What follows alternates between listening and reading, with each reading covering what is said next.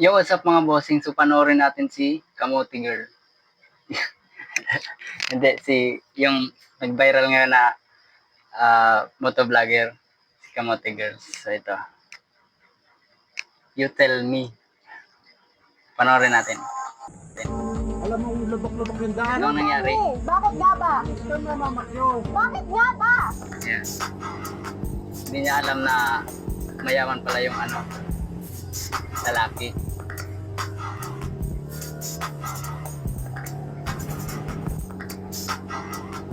Mga kamotik you.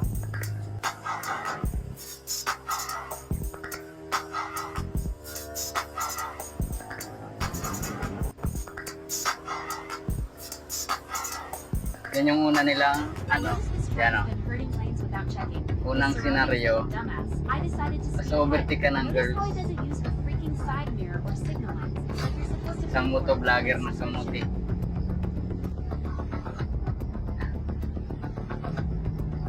Ayaw, pak ka sa akin.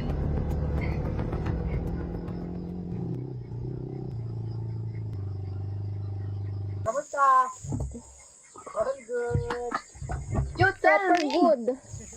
Super good naman. Ayan na, pick up! Sapakin natin. Ang tapang niya ate. Diyos ko, kung dito, huwag mo yung gawin dito, sabi ni sarili. Sorry, ano? Mamakyo ba? Bakit nga Ayan ba? o. Ha? Bakit nga Ayan ba? lalaki. Bakit nga ba? Bakit nga ba? Bakit nga ba? Alam mo, lubok-lubok yung daan. You tell me. Bakit nga ba? You tell me. No, you tell me. You tell me. Huwag kang mamamakyo. Bakit nga ba?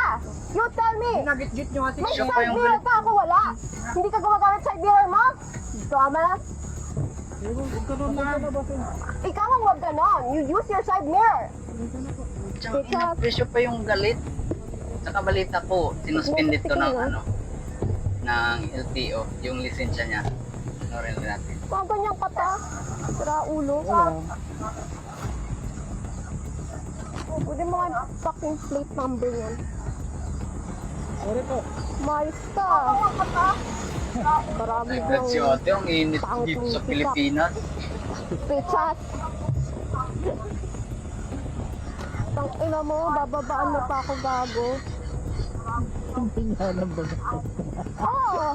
Yaman nata nito ni ate. Kapag gago na nentarang tayo. High blood show. Ouch!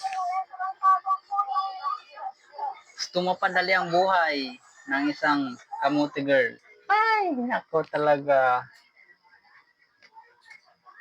Abangan natin yung pagsuri niya.